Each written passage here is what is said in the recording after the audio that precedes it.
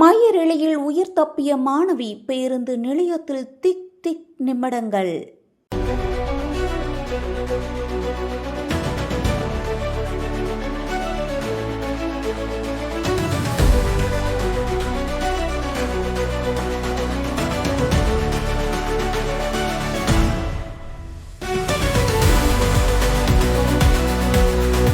ராணிப்பேட்டை மாவட்டம் ஆற்காட்டிலிருந்து சோளிங்கர் நோக்கி செல்லும் தனியார் பேருந்து புறப்பட தயாரான நிலையில் பேருந்து நிலையத்தில் நின்றிருந்த மாணவி பேருந்தின் அருகே சிக்கிக் கொள்ளும் அபாயம் ஏற்பட அதிர்ஷ்டவசமாக மாணவி மயிரிழையில் உயிர் தப்பினார்.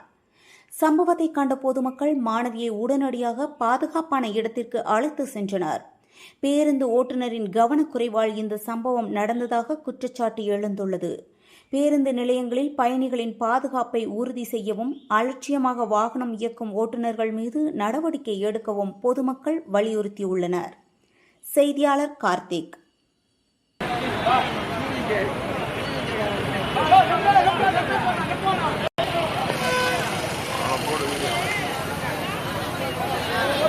தலைவரா